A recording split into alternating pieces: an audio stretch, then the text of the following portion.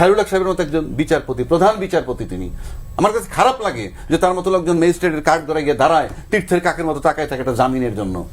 কিন্তু আপনি চক্ষু বন্ধ করে ভাবেন তো 18 কোটি লোকের ভোটের অধিকার কিভাবে সে ছিনিয়ে নিছে।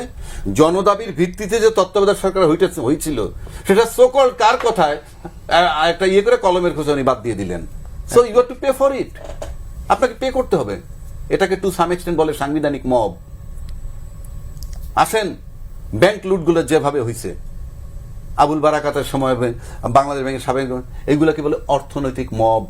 রাষ্ট্রীয়ভাবে আমরা তো খালি মব মব নিয়ে চিৎকার করি, এগুলো হলো অর্থনৈতিক, জাতীয়ভাবে রাজনৈতিক অর্থনৈতিক মব।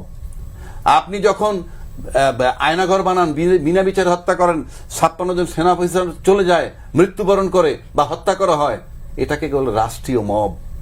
আপনি কানসার্টে বিদ্যুতের দাবিতে যখন নিরীহ লোক মারা হয়, এটা রাষ্ট্রীয় মব। আপনি যদি মানে আমি এটা কথাগুলো কেন বলছি, এটা বলছি এই কারণে সেই সরকারটাকে আপনি নির্বাহী আদেশে বাতিল করবেন কি করবেন না সেটা ভিন্ন কথা। আমরা কি সব ঐক্যমত্য আসতে পেরেছিলাম যে কোনো কথা নাই, বিচারটা একাগ্র চিত্তে হয়ে যাক। সেখানে আমরা কি বলি, আন্তর্জাতিক মানের বিচার হইতে হবে।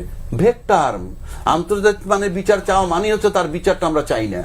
মানবাধিকার আইনে বিচার করছিল না জামাতের বিভিন্ন লোকের, মানবতা বিরোধী অপরাধ, ইয়েস, তারা অপরাধী, আমি ধরে নিলাম অপরাধী, কিন্তু আপনি তো তার বিচারটা দিবেন, তার তো একটা আইনি সুন্দর একটা ইয়ে লাগবে, আইনের আওতায় যে আনবেন সেখানে কোনো প্রশ্ন থাকবে না। আমরা সবাই জানি এই দেশে আমরা এই আবহাওয়া কিভাবে আপনি মৃত্যুদণ্ডগুলো দিচ্ছেন, তখন কোথায় ছিল এই বক্তব্যগুলো যে আন্তর্জাতিক মানের বিচার হতে হবে? তখন এই প্রশ্নটা উঠেছিল, আমার কাছে মনে হয় না র্যান্ডম যেভাবে বলা হয়, আমি দেখি নাই।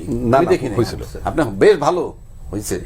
আজকে যে আমরা কইতেছি এই যে বিচারটা, না উনি বলতে যাচ্ছেন যে ওই পক্ষ বলে নাই আর কি, যারা আজকে তথা সুশীল কথা বলছে ওরা বলে নাই, আমরা তো বলেছি, আমরা তো কথাই তো আমি বলছি, আমরা সোশ্যাল মিডিয়ায় এইভাবে পাই নাই।